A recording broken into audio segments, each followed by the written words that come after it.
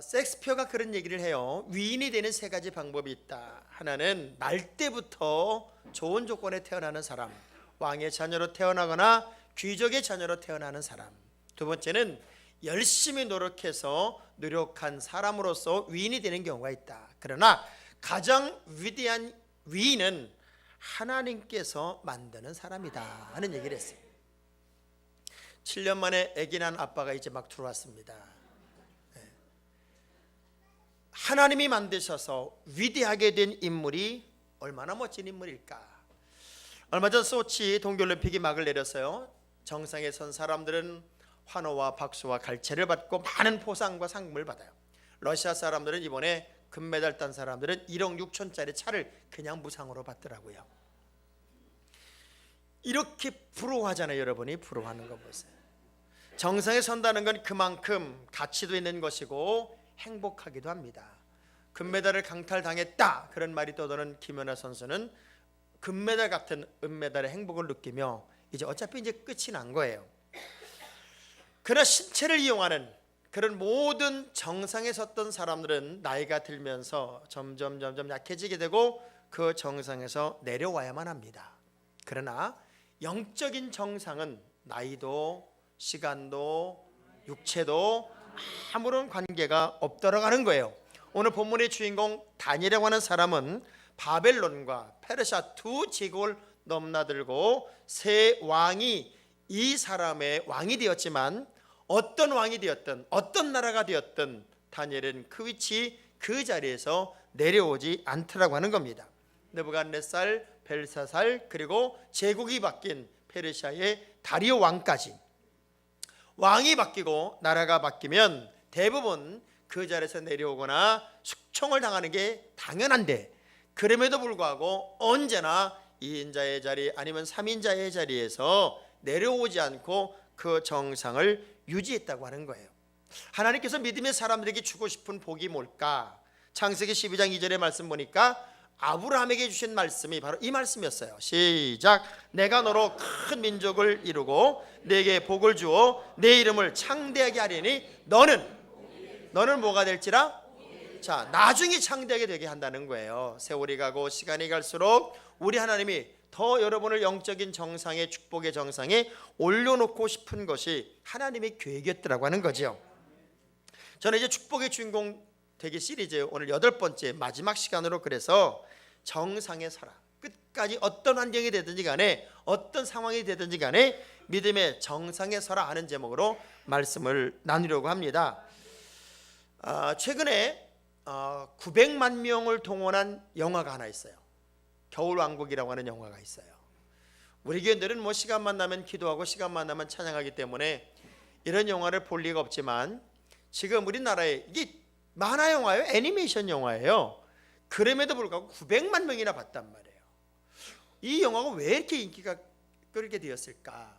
그리고 이 영화가 어떻게 만들었을까를 들여다봤더니요, 이 영화의 주인공을 디자인한 사람이 한국 사람 김상진 씨란 사람이에요. 자, 만화 영화예요.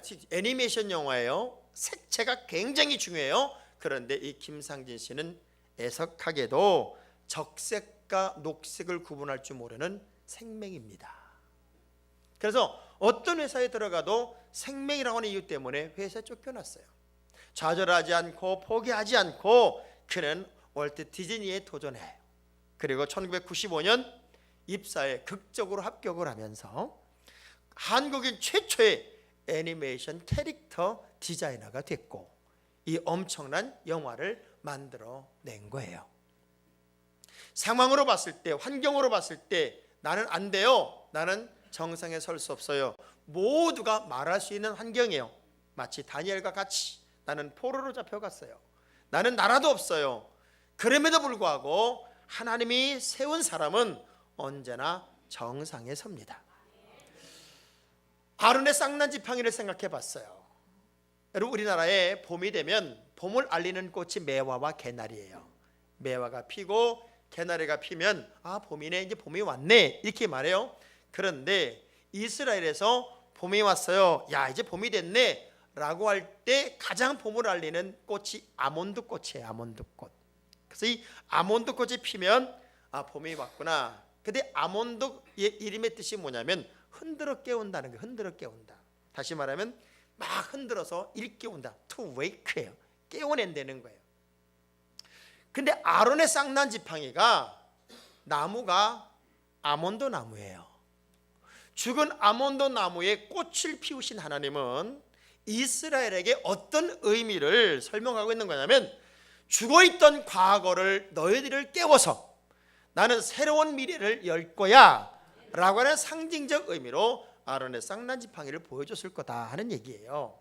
여러분, 무언가에 지쳐있고 무언가에 약해있고 아니면 나는 이래서 안 돼 저래서 안 돼 이런 약점 때문에 한계에 머물러 있다면, 아론의 그 죽은 지팡이에 싹을 내게 하신 하나님이 우리의 실패한 과거를 흔들어 깨워서 다시 새로운 희망과 내일로 열어주는 것처럼, 또 포로로 잡혀간 다니엘을 하나님이 더 멋지게 세우신 것처럼 여러분을 축복의 주인공으로 세우셔서 정상에 우뚝 서게 하시기를 기대하며 따라합시다. 나도 정상에 서겠습니다. 그런 마음으로 말씀을 들었으면 좋겠어요. 그러려면 다니엘의 비전을 우리가 함께 공유하면 돼요. 자, 다니엘은 세 파티의 삶을 살아요. 저는 오늘 이 다니엘의 세 왕과의 만남 이야기를 통해서 그가 어떻게 그 왕들 속에서도 정상에 섰는지를 설명하려고 해요. 다니엘이 가장 먼저 만난 왕은 느부갓네살 왕이란 사람입니다. 바벨론에 이제 남유다가 멸망을 하고 1차 포로 때 이제 다니엘이 포로로 잡혀가요. 그 전에 북이스라엘을 멸망시켰던 아수르를 멸망시킨 바벨론은 이 아수란 나라가 혼혈 정책을 썼다는 걸 알고 있어요. 그래서 바벨론은 혼혈 정책을 쓰지 말고 각 모든 정복 국가에 가장 잘나고 가장 똑똑한 영지애들을 몇 명씩 선발해 오자. 그래서 그들을 혼혈 민족으로 만들지 말고 열심히 공부를 시켜서 그야말로 3년 동안 박사 과정을 밟게 해서 바벨론화 시킨 그 사람들로 자기 나라를 다스리게 하자 하는 그런 정책을 쓴 거예요. 그래서 다니엘과 다니엘의 세 친구가 끌려왔고 각 나라의 모든 잘난 사람들과 함께 공부를 시작해요. 놀랍게도 유다에서 끌려온 이 네 사람이 너무 실력이 좋은 거예요. 너무 공부를 잘하는 거예요. 너무 뛰어난 거예요. 3번 만에 아멘을 했어요. 하나님이 세운 사람은요 뛰어나요. 하나님이 붙잡은 사람은 높여주세요. 그래서 더 뛰어나고 더 높여진 이 네 사람은 더 관심을 받을 수밖에 없어요. 그래서 더 바벨론화 시키려고 했을 거예요. 더 바벨론 사람을 만들려고 했을 거예요. 그런데 그런 환경에 가장 중요한 방식이 하나 있더라고요. 다니엘은 뜻을 정합니다. 정상에 서는 사람은 언제나 뜻을 정한 사람이에요. 분명한 뜻을 정한 사람이 미래가 있습니다. 호텔왕 힐튼이 이런 얘기를 해요. 흔히 사람들은 재능과 노력이 성공을 가져다 줄 것으로 생각하지만 성공을 불러들이는 것은 생생한 꿈을 꾸는 능력이다. 그런 얘기를 했어요. 그러니까 이 다니엘은 생생한 꿈을 꾸는 거예요. 내가 바벨론의 포로로 잡혀왔지만 바벨론화 되기보다는 차라리 레위기식 음식을 먹으면서 유대인으로서 오히려 더 바벨론식 습관보다 더 강한 자가 뛰어난 자가 되어야 되겠다라고 하는 뜻을 분명히 정하고, 그래서 다니엘서 1장 8절의 말씀을 한번 볼까요? 다니엘서 1장 8절 시작.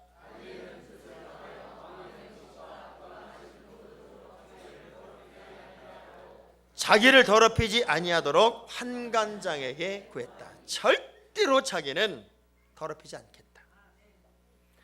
크리스천으로 세상을 살아간다는 게 그렇게 쉬운 일은 아니에요. 그래서 이것저것 적당히 타협하고 이리 휩쓸리고 저리 휩쓸리고, 내가 크리스천인지 아닌지조차도 색깔이 불분명하게 살아가는 사람들이 얼마나 많이 있습니까? 그럼에도 불구하고 이 다니엘은 분명한 자기 뜻을 정합니다. 포로로 잡혀간 사람이에요. 의지가 없어요. 얘기하는 데는 다 순종해야 돼요. 그리고 다른 사람이 볼 때는 그래도 가장 출세한 사람들이에요. 그런데 거기에 꿈쩍도 안 하고 그는 정확하게 레위기 법대로 음식을 먹겠으며 나는 에레미야의 모든 말씀을 연구한 그대로 그렇게 살겠습니다 하는 것이 바로 다니엘의 분명한 꿈이었어요. 자, 그런데 놀라운 일이 벌어져요. 느부갓네살 왕이 꿈을 꿨어요. 근데 뭔가 생각이 날 듯 안 나요. 그래서 술객들을 불러요. 야, 내가 꿈을 꿨다. 그런데 도무지 무슨 꿈을 꿨는지 내가 기억이 안 난다. 그러니 너희들이 내가 무슨 꿈을 꾸었는지 맞춰라. 못 맞히면 다 죽이겠다. 진짜 나쁜 놈이죠. 진짜 나쁜 놈이에요. 지가 꾼 꿈을 남이 어떻게 맞추냐고요. 아무도 못 맞춘다고 죽인다고 난리가 나니까 그때 다니엘이 천거가 돼요. 근데 다니엘은요, 하나님께 기도하면서 이미 자기가 읽었던 에레미야서에 예언된 말씀이 이 사람의 꿈이었다는 사실을 알아요. 다니엘은요, 포로로 잡혀가 있었어도 정확하게 레위기식으로 음식을 먹고 에레미야의 말씀을 정확하게 이해했기 때문에 하나님의 예언된 말씀을 그는 숙지하고 있었어요. 그래서 정확하게 이 느부갓네살 왕이 꾼 꿈을 이 예레미야서에 읽은 그 예언된 말씀으로 그대로 설명을 해준 거예요. 그리고 깜짝 놀라죠. 왜? 꿈에 대한 힌트도 주지 않았는데 너무나 정확하게 맞춰내는 이 다니엘을 보고 느부갓네살 왕이 경악을 하는 거예요. 그래서 이렇게 말합니다. 이 사람은 가장 지혜자들의 어른으로 삼으리라. 그래서 그 순간에 이 다니엘은 가장 지혜로운 사람들의 어른이 되고 그리고 이인자가 되는 거예요. 보세요. 우리가 정확하게 하나님의 자녀로서 뜻을 정하고 말씀 중심으로 살아가고 주님이 기뻐하는 모습으로 여러분이 요동하지 않는다면 하나님이 여러분을 세워요. 하나님이 여러분을 높여요. 배너라는 영화를 봤습니까? 배너? 네. 보셨어요? 네. 봤는데 기억은 잘 안 날 거예요. 근데 이 배너의 가장 마지막 장면이 뭐냐면 마차 경기. 마차를 타고 막 경주하면서 이제 1등 하는데 그 마차 경주를 준비하기 위해서 감독이 찰턴 헤스턴한테 이렇게 얘기를 했대요. 마지막 장면이 마차 경주다. 그래 마차 타는 훈련 좀 해라. 그래서 일정한 시간이 지난 다음에 어떻게 마차 타는 것 좀 훈련했냐? 그랬더니 찰턴 헤스턴이 그렇게 말했대요. 내가 마차 타는 거를 열심히 연습해서 이제 마차를 어느 정도 타긴 타는데 문제는 내가 그 경기에서 이길지는 모르겠다. 그러니까 감독이 빙긋이 웃으면서 그러더래요. 당신은 마차만 타라. 내가 이기게 해줄게. 야, 저는요 그 얘기에 굉장한 도전을 받았어요. 배우는 타는 거예요. 근데 이기고 지게 하는 건 감독 몫이더라고요. 여러분이 인생에 어떤 경주를 경주하고 있어요. 열심히 사는 거예요. 열심히 마차를 타는 거예요. 이기게 하시는 이는 하나님이더라고요. 나는 내가 이기게 하는 건 줄 알았더니 하나님이 이기게 하는 거예요. 요즘 원숭이들이요 데모를 했대요. 원숭이들이 화딱지가 나서 데모를 했는데 왜 데모를 했냐면 우린 인간의 조상 아니다. 우리가 인간의 조상이라는 말을 듣는 게 너무 기분 나쁘다. 왜 기분 나쁘냐? 그럼 우리가 그렇게 못됐다는 거냐? 저렇게 나쁘다는 거냐? 우리는 5,000년 전이나 앞으로 5,000년 후나 여전히 우리는 원숭이지 인간의 조상 아니다. 아주 자긍심이 대단하대요. 그만큼 인간이 못됐다 그 얘기요. 그래서 목사님들이요 우리 그 안산제일교회 고훈 목사님이 시를 하나 썼어. 시. 그 시 제목이 뭐냐면 죄송합니다야. 그 목사님이 시를 보니까 이런 거예요. 교인이 아파도 목사가 죄송합니다. 교인의 아이가 떨어져도 목사가 죄송합니다. 교인이 사업이 어려워져도 목사가 죄송합니다. 전부 다 목사가. 그래서 목사의 또 다른 이름이 장죄송이래. 죄송. 여러분 왜 나만 죄송해? 여러분도 죄송해야지. 여러분 지겹게 말 안 들어. 지겹게. 그렇게 새벽기도 좀 하자도 안 하고 다 잘못된 건 목사 잘못이라는 거예요. 그래서 목사가 죄송해요. 물론 전 죄송해요. 그러면 여러분도 양심 있으면 좀 죄송해봐요. 옆 사람 악수하면서 좀 죄송해봐요. 다 남한테 뒤집어 씌우지 말고. 정말 다니엘은 어디에 갔다 놓든 어떤 상황이 됐든 어떤 자리에 있든 그는요 자기가 정한 뜻대로 갑니다. 하나님이 원하는 방식으로 간다 그 얘기예요. 그래서 이 느부갓네살 왕 시대의 지혜자 위의 지혜자의 자에 하나님이 높여줘요. 두 번째 다니엘은 누구를 만나냐면 벨사살 왕을 만나요. 벨사살. 이 벨사살 왕은요 느부갓네살의 아들이에요. 그런데 정말 못됐어요. 이스라엘을 약올리려고 아버지가 이스라엘을 이제 정복하고 오면서 성전에 있는 모든 기구들을 다 가지고 왔다고요. 그리고는 그들이 섬기는 하나님을 섬기는 그 그릇들이다. 그랬더니 그걸 약올리려고 매일같이 술 파티를 열면서 그 성전에서 빼온 그 그릇들로 술잔을 만들어서 맨날 술을 퍼먹고 있는 거예요. 잔치도 매일 해요. 매일 술을 먹고 정말 미련하고 못된 왕이 벨사살 왕이에요. 이름이 좋아야 돼. 벨사살이 뭐예요? 벨사살. 벨지타 하니까 사살당했다 그 얘기잖아요. 그렇게 그날도 못된 짓을 하면서 잔치를 벌이는데 손가락 하나가 탁 나타나더니 회석회족벽에다 글을 팍 쓰는 거야. 저게 뭔 뜻이냐? 놀래가지고 난리가 났어요. 아무도 그 글을 해석하지 못할 때 사람들이 다니엘을 추천합니다. 다니엘을 추천하는 이야기. 그리고 다니엘이 왔을 때 왕이 다니엘을 보고 하는 얘기. 저는 그걸 보면서 야 우리도 그런 소리 좀 들었으면 좋겠다 하는 생각을 하고 다니엘서 5장 14절 말씀 보세요. 다니엘서 5장 14절의 말씀을 보면 시작. 내 안에는 신들의 영이 있으므로 내가 명철과 총명과 비상한 지혜가 야 사람들이요 다니엘을 뭐라고 표현해? 저 사람에게는 신령한 영이 있고 저 사람은 지혜롭고 저 사람은 총명하고 정상으로 가는 사람에게서 가장 중요한 게 뭔가 봤더니 영적인 인정을 받아야 돼요. 여러분 영적으로 인정을 받아야 돼요. 저 사람은 진짜 기도하는 사람, 저 사람은 진짜 믿음의 사람, 저 사람은 정말 하나님을 사랑하는 사람. 그래서 보세요, 우리가 하나님 중심으로 분명한 기준을 갖게 되면 여러분이 어떤 상황이 돼도 믿음이 인정받는 일에 몰입해야 돼요. 그래서 영적으로 인정만 받으면 하나님이 이렇게 뒤집고 저렇게 뒤집어서라도 항상 높여준단 말이에요. 봐요, 정상에 있던 기업들은 한순간에 무너졌어요. 우리가 잘 아는 휴대폰에서는 노키아가 추락을 했고, 그리고 인터넷에서는 야후가 추락을 했고, 그리고 뭐 코닥, 소니 이런 것도 한 방에 무너져 버렸어요. 정상을 유지한다는 게 얼마나 어렵냐고. 절대 강자라고 여겨졌던 모든 이들이 패자가 되어 무너져 버려요. 그러나 절대 무너지지 않는 것, 영적인 건강을 유지한 사람이에요. 어느 장로님이요 뇌종양에 걸렸어요. 뇌종양에 걸려가지고 긴급하게 수술을 했어요. 뇌를 열고 수술을 하니까 퇴원을 했는데 말이 어눌하고 행동이 어눌한 거예요.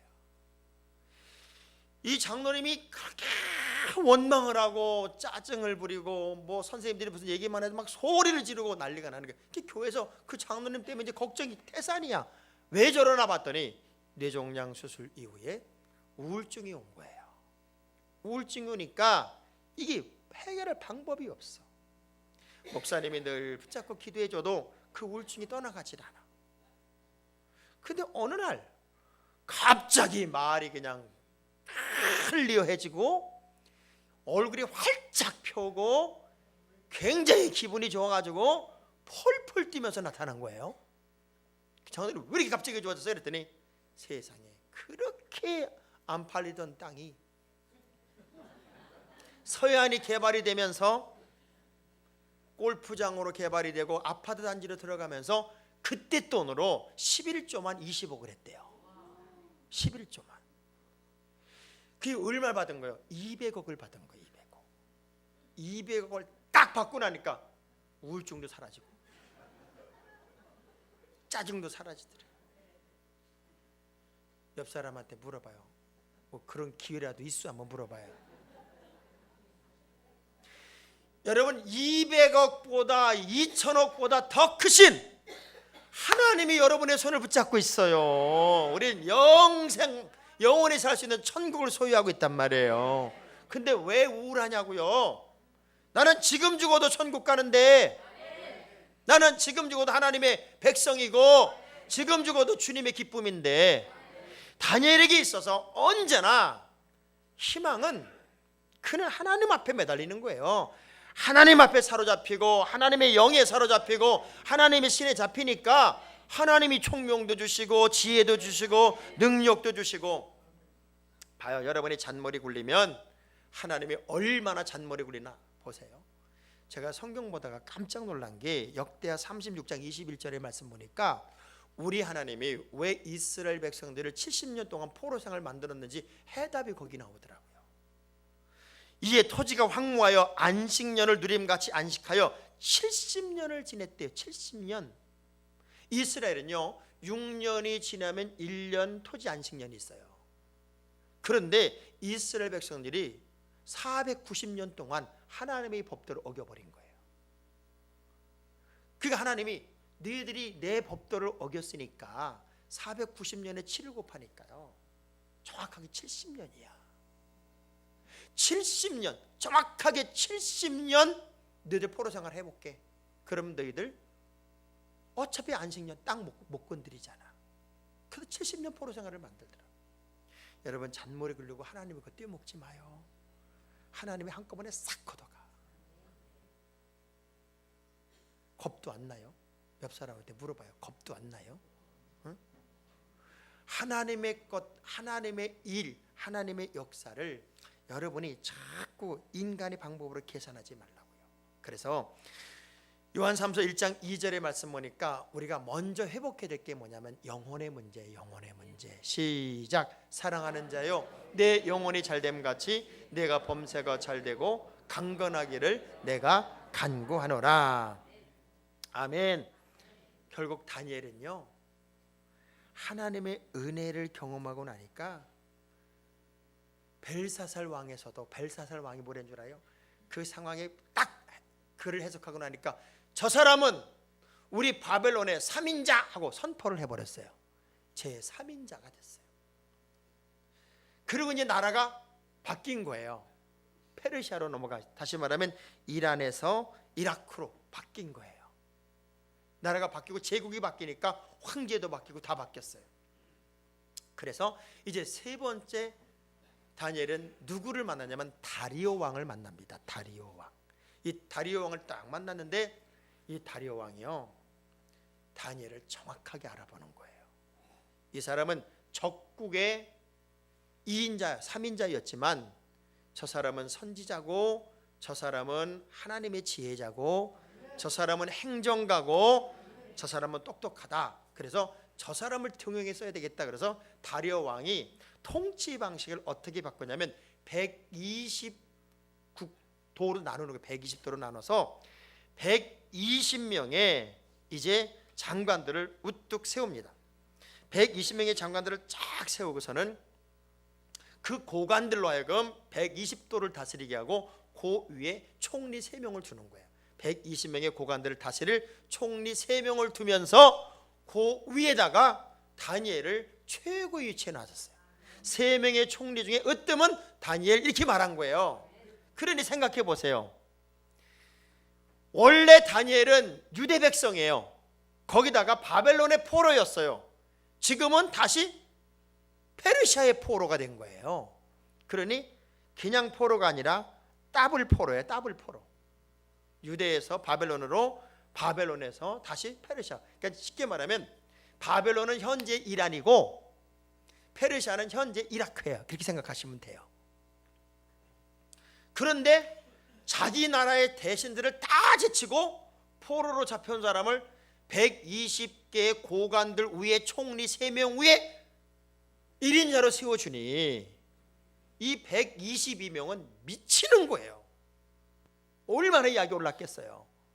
그래서 기회만 있으면 저 다니엘을 죽이면 우리에게 기회가 온다고 생각했고, 이건 자존심의 문제니까 저 사람을 죽여야 된다라고 하는 무서운 음모를 만들기 시작합니다. 그래서 트집을 잡아보니까 늘 하루에 3번씩 예루살렘 쪽을 향해 문 열어놓고 기도하거든요. 그러니까 그거를 트집 잡아서 왕의 조서를 받아놓고 이참에 저거를 아예 죽여버리자. 그래서 기도하면 죽는 법을 만든 거예요. 쉽게 말하면 기도하면 사자굴에 들어가는 법을 만들어서 왕의 도장을 딱 찍어놓고 그걸 다니엘이 알게 해요. 알았어요. 그런데 다니엘의 가장 멋진 게 뭔가 봤더니 다니엘에게는 믿음의 뚝심이 있어요. 뚝심. 여러분, 믿음의 뚝심이 있어야 돼요.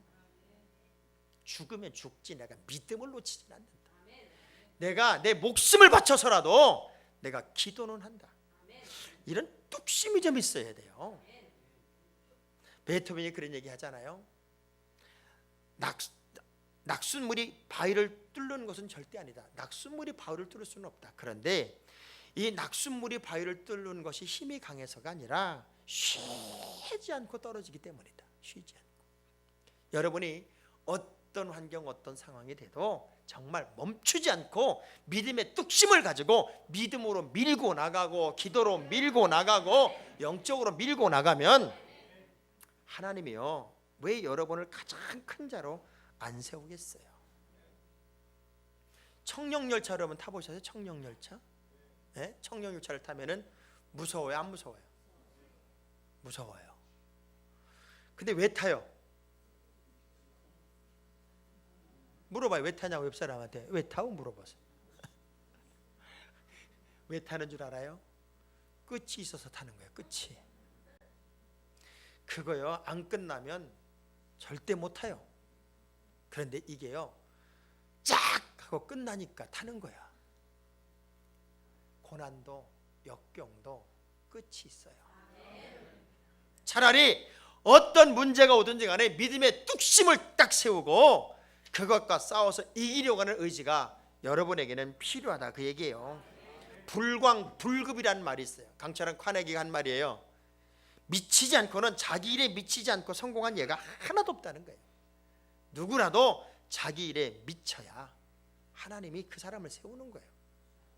미국의 상원의원 신호범 씨가 상원의원이 된 이야기를 쭉 이제 간증처럼 한 얘기를 들어보니까, 이분은요, 미군이 이제 우리나라 다스릴 때, 그러니까 슈샨보이를 한 거예요. 그러니까 신발 닦아주는 보이를 한 거죠. 그 하우스 보이를 하다가 이제 정전이 되고 미군이 철수하는데, 이제 그들이 철수하면 자기는 어디 갈 데도 없고 있을 수도 없잖아요. 그래서 미군이 철수하기 전에 매일 울었대. 매일 우니까 묻더래. 왜 우냐고.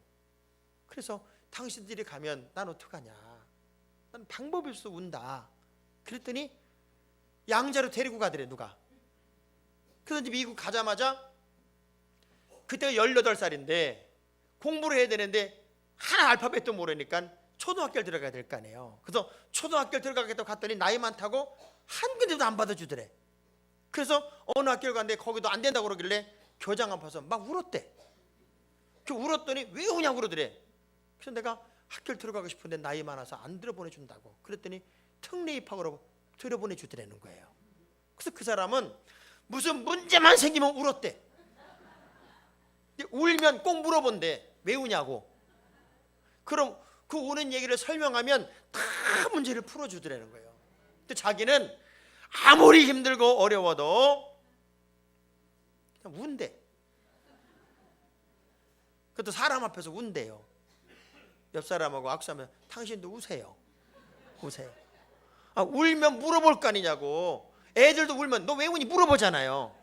하나님도 여러분이 울면 물어. 다니엘은 믿음의 뚝심이 얼마나 무서운지, 에이 사자굴에 들어가고 만다. 내가 적당하게 그까짓 거 뭐 목숨 하나 부지하려고. 그때가 다니엘이 80에 80. 나이 80에 적당히 그냥 모른 척하고 지나갈 수 있는데 끝까지 믿음 가지고 가보겠다 그 얘기예요. 자, 두 주먹 불 건지고 주여 나도 뚝심을 한번 가져보겠습니다. 이래 넘어지고 저래 넘어지고 그런 것 좀 하지 말고 정말 뚝심을 가져야 돼요. 좋은 열매는 천천히 피는 꽃에서 맺힌대요. 그래야 여러분이 정말 어려워도 힘들어도 영적인 뚝심을 가지고 때로는 무모하기까지 한 그들의 삶의 방식인데, 자, 다니엘을 고발하는 고발장 좀 보세요. 고발장 다니엘 6장 13절이에요. 고발장. 저는 여러분 이 소리 좀 들었으면 좋겠어. 시작.